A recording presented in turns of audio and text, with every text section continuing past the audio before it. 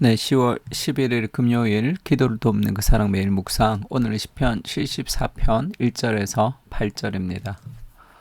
1절에 보면 아삽의 시인데 하나님이여 주께서 어찌하여 우리를 영원히 버리시나이까, 그런 표현이 있죠.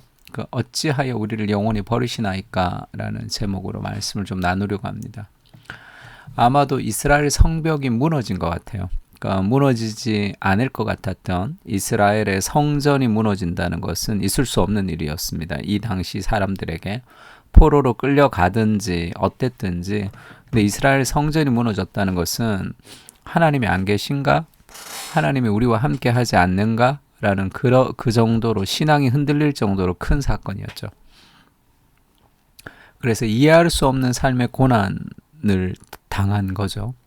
하나님이여 주께서 어찌하여 우리를 영원히 버리시나이까. 하나님이 자신을 영원히 버렸다고 생각하는 거예요. 포로로 끌려갈 때 어찌하여 주께서 기르는 양을 향하여 진노의 연기를 뿜으시나이까. 옛적부터 얻으시고 속량하사 주의 기업에 지파로 삼으신 주의 회중을 기억하시며 주께서 계시던 시온 산도 생각하소서. 영구히 파멸된 곳을 향하여 주의 발을 옮겨 놓으소서. 원수가 성소에서 모든 악을 행하였나이다.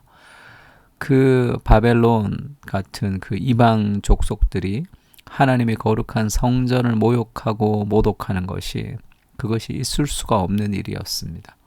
근데 그런 일이 발생해버린 거예요. 그러니까 거의 신앙적 멘붕에 빠져버린 거죠. 하나님 왜 그러시지? 라는 하나님을 향한 분노도 있습니다.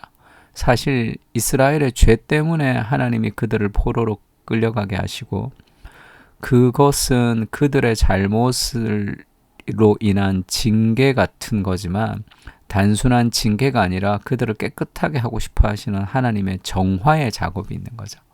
그래서 결국 바벨론에게 포로로 끌려가는 것을 통해서 이스라엘을 거룩하게 하시는 하나님의 더 깊은 뜻이 있는 겁니다. 근데 인간의 입장에서 그걸 이해할 수가 있습니까? 지금 당장 내가 힘들고 내가 어렵고 내가 아프고 나라가 왜 이 모양입니까? 온갖 하나님은 살아계시거나 한 것입니까? 그런 상황들 앞에 우리가 서 있는 거죠. 세월호 사건이 터지고 여러 가지 그런 재난들이 발생할 때 늘 묻는 말이 뭡니까? 하나님 정말 계신 겁니까? 그러니까 왜 이런 일이 발생합니까? 우리 이유를 알 수 없습니다. 우리의 지혜로는 그 이유를 알 수 없어요. 그 당시에도 마찬가지죠. 그런 일이 있으리라고는 상상할 수 없는 일들이 있었던 거죠. 왜 교회가 무너지지? 그 교회가 무너져 버려요. 그런 이해할 수 없는 삶의 고난을 겪었습니다. 그때도 우리가 하나님을 신뢰할 수 있는가 할 때, 그때 우리가 명확하게 모든 것을 다 알 수는 없지만 우리가 신뢰할 수 있는 분이 있다면 그리스도이시죠. 왜냐하면 주님은 우리와 동일하게 이해할 수 없는 고난을 겪으셨던 분이거든요. 예수님은 하나님의 아들이시고 죄가 없는 그분이 이 땅에 내려오셔서 이해할 수 없는 고난을 겪었잖아요. 그것도 억울한 고난이죠. 우리는 아무리 억울해도 그나마 나의 죄가 있지만 그리스도는 죄가 없는 그분이 억울한 고난을 겪으신 분입니다. 그래서 그 어려운 순간에 우리가 그분을 신뢰할 수 있는 이유는 그분이 십자가 위에서 우리의 신뢰를 얻으셨기 때문이죠. 그 억울한 고난을 우리를 위해서 당하시는 그 사랑으로 인해서 우리가 그리스도의 말씀은 신뢰할 수 있는 거예요.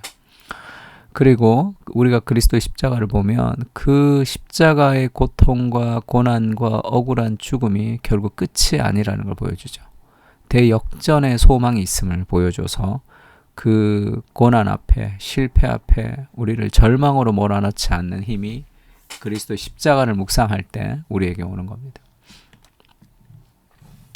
그리고 그렇게 무너질 때는 철저히 무너지는 것을 통해서 우리가 정말 더 깊은 하나님께 나아가야 되는 거죠.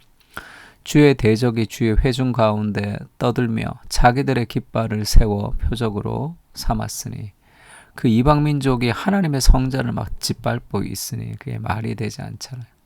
그들은 마치 도끼를 들어 살림을 베는 사람 같으니이다.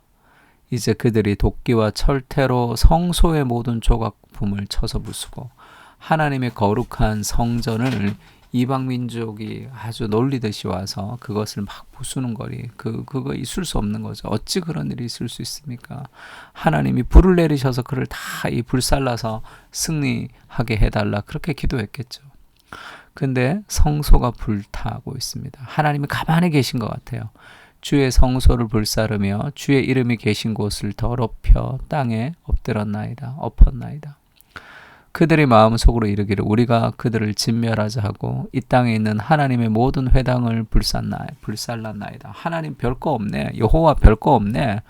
이거를 막 불태우고 하나님이 능력이 있으면 한번 나타나 보라고 해라. 그렇게 하면서 이스라엘을 조롱했다고 가정했을 때 그 무너지는 아픔 속에서 하나님이 정말로 아무것도 안 하시는 것 같은 그런 고통을 당할 때가 있습니다.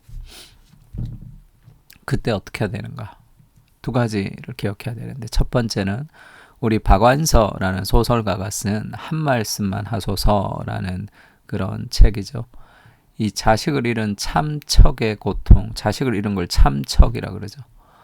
자신의 그 20살 난 다 키운 아들을 잃었습니다. 아들이 죽었어요. 그래서 이 박완서 씨가 거의 식음을 전폐하면서 그렇게 인생을 살았습니다. 딸들이 엄마 또 따라서 죽을까봐 부산으로 오라 그러고 뭐 데리고 가고 했을 때 카톨릭 신자예요. 그 신앙이 얼마 들어가지 않았던 초창기의 카톨릭 초신자인데 그 신부님 만나고 그 다음에 이제 수녀님 만나서 기도하고 이런 아주 어려운 과정이 있습니다. 그 고통 속에서 그 하나님 한 말씀만 해주시면 왜 우리 아들이 죽어야 되는지 그것을 이해할 수 없어서 막 그 일기를 이렇게 다 고백했던 글들을 다 쓴 거죠. 굉장히 눈물 납니다. 근데 이 박완서 씨가 그 고난에서 이겨나갈 수 있었던 하나의 어떤 그 실마리가 있다면 그런 생각이 든 거죠. 왜 우리 아들이 그러면 왜 하나님이 한 말씀 해주십시오. 왜 우리 아들이 죽어야 됩니까? 라고 계속 따듯이 기도했는데 그냥 하나의 실마리. 왜 우리 아들한테 그런 일이 생기면 안 된다고 생각하지 나는 그렇게 생각하는 거예요. 왜 나만은 예외여야 된다고 생각하지? 왜 나는 거기서 빠져야 된다고 생각을 하지? 라는 그 생각이 그 고난을 그가 받아들이게 된 계기가 되는 그런 실마리를 거기서 풀게 됩니다. 늘 그러면 안 되는 거, 하나님이 잘못한 것, 왜 우리 아들을 데려간 것 그렇게 생각하다가 왜 그러면 안 된다고 왜 나만은 그 고난이 피해가야 된다고 생각을 하느냐라는 그 고난의 보편성을 통해서 뭔가 문제가 풀려져 가는 그런 시작이 있는 책입니다. 그리고 좀 더 신앙적으로 고백했던 사람이 이 엘리자베스 엘리엇이라는 사람이죠. 고통은 헛되지 않는다라는 책도 썼습니다. 짐 엘리엇이라는 자기 남편이 복음을 전하러 갔다가 에콰도르에서 다 순교했어요.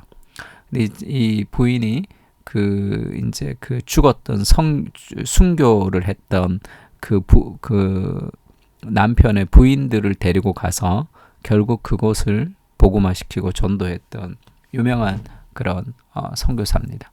근데 그 사람들은 이제 그렇게 생각한다는 거예요. 짐 엘리엇이 죽었으니까 그 아내가 이제 갔으니까 그 영적인 부흥이 일어나고 뭔가 그 순교자의 피를 통해서 하나님의 엄청난 역사를 이룰 것이라고 생각하는데 그렇지가 않다는 거예요. 자기가 가서 실패했던 선교도 많고 자기도 정말 고생 많이 했던 그런 것들이 있다는 거예요. 근데 왜 하나님은 남편이 순교했는데 아내가 가면 그곳에 영적 부흥이 일어나고 뭔가 그런 간증거리가 일어나야 된다고 생각을 하느냐는 거죠. 그게 인간이 생각한 하나님이죠. 하나님은 그렇게 인간 생각 안에 갇혀있지 않는다. 그러면서 엘리자베스 엘리엇이 이렇게 고백합니다. 하나님이 그저 내 수준이라면 그분은 날 배신하는 것이 분명하다. 그럼 왜 우리 남편도 죽고 내가 이렇게 고생했는데 왜 아무것도 없지? 그렇게 되면 하나님이 날 배신한 게 분명하죠. 내 수준이라면. 하지만 그분이 정말로 하나님이시라면 그분은 나를 자유롭게 해주시는 거죠.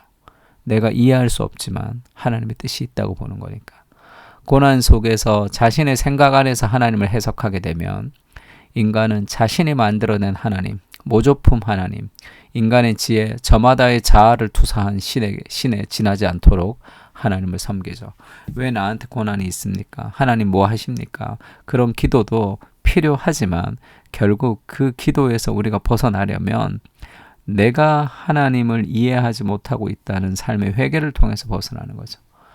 그러나 자신의 지혜와 자신의 뜻대로 설정한 과제와 계획이 아니라 주님 그 자체의 소망을 둘 때 우리는 자유로워지죠. 특히 고난의 문제에서 자유로워집니다.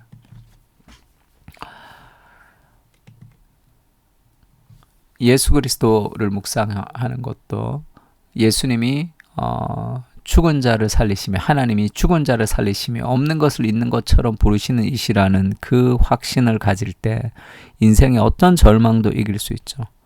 나는 할 수 없지만 하나님이 죽은 자를 살리시며 없는 것을 있는 것처럼 부르시는 분이시다라는 그 하나님의 지혜와 주권을 인정하면 우리는 좀 자유롭습니다. 고난 속에서. 왜 나한테 이런 일이 생겼지? 하나님 뭐 하시지? 그것은 내 생각 안에 하나님을 자꾸 생각하는 거잖아. 나는 모릅니다. 왜 그런 고난이 있는지.